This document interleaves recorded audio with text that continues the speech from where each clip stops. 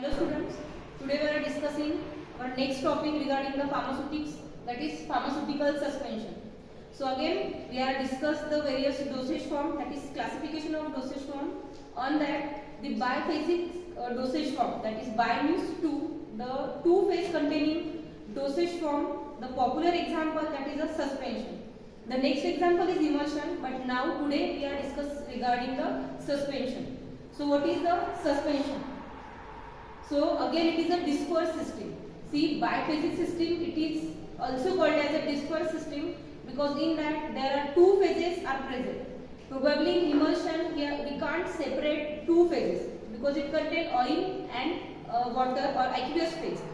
But in suspension there is a requirement or there is a stability issue regarding the mixability of two phases. That is, in suspension the solid separates from the liquid.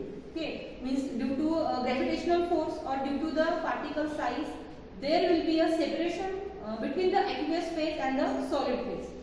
So starting with the disperse phase, refer to a system in which one substance, that is disperse phase, is distributed in discrete unit throughout a second substance, that is the continuous phase. So in suspension there are two phases are present. First one is a disperse phase and second one is a continuous phase. So as disperse phase means it is a solid, okay, and the continuous phase means it is a liquid. In emulsion there will be a interchangeable phases. That is, one oil phase can be a continuous phase and water can be a continuous phase. But in suspension only continuous phase is a liquid for internal use or sometimes oily or other organic solvent if in case it is used for external. Okay. So a solid in liquid dispersion in which the particles are colloidal in size. So colloidal in size means there is a various sizes of solids are available. Depending upon we are classify the suspension. But probably the colloidal phase and the dispersion medium and disperse phase. So disperse phase means insoluble solid and dispersion medium, that is aqueous medium.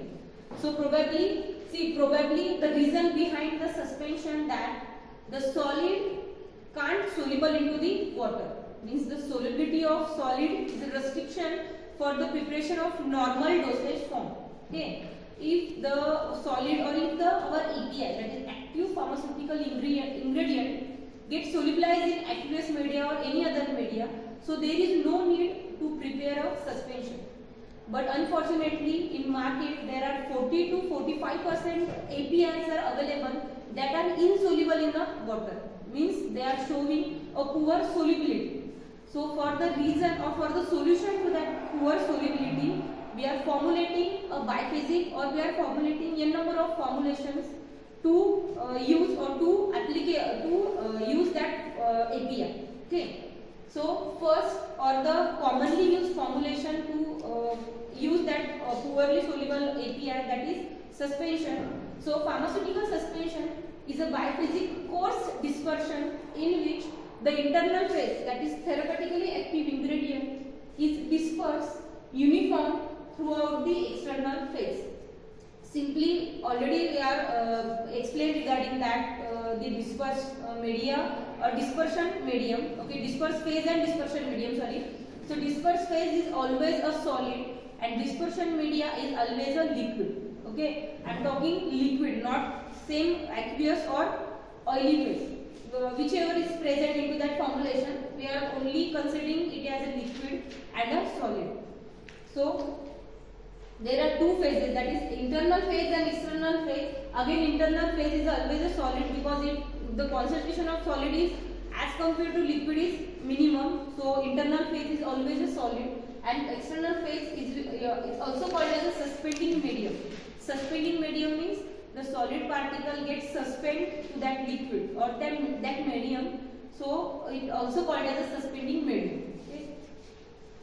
Next, the classification. See, there are broad classification of the suspension. Okay, so one by one we are discussing the classification of the suspension. So based on general classes.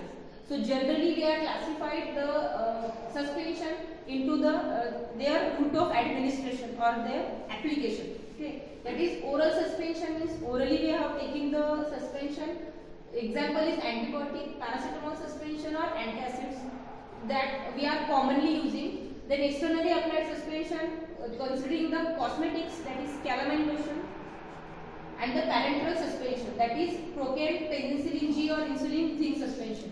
Next, based on proportion of solid particle, that is dilute suspension or concentrated suspension. So dilute means 2% and concentrated means 50%. Okay. So as it is a basic classification, that is the visibility or the appearance of the suspension. So which one is dilute and concentrated? Okay. Next classification, that is based on the size of solid particle. Colloidal suspension, that is the size less than 0.2 micron. Then post this suspension, particle size more than 0.2 micron, and the molecular dispersion, that is the nano-sized drug particles. So this is all about the classification of suspension. Thank you.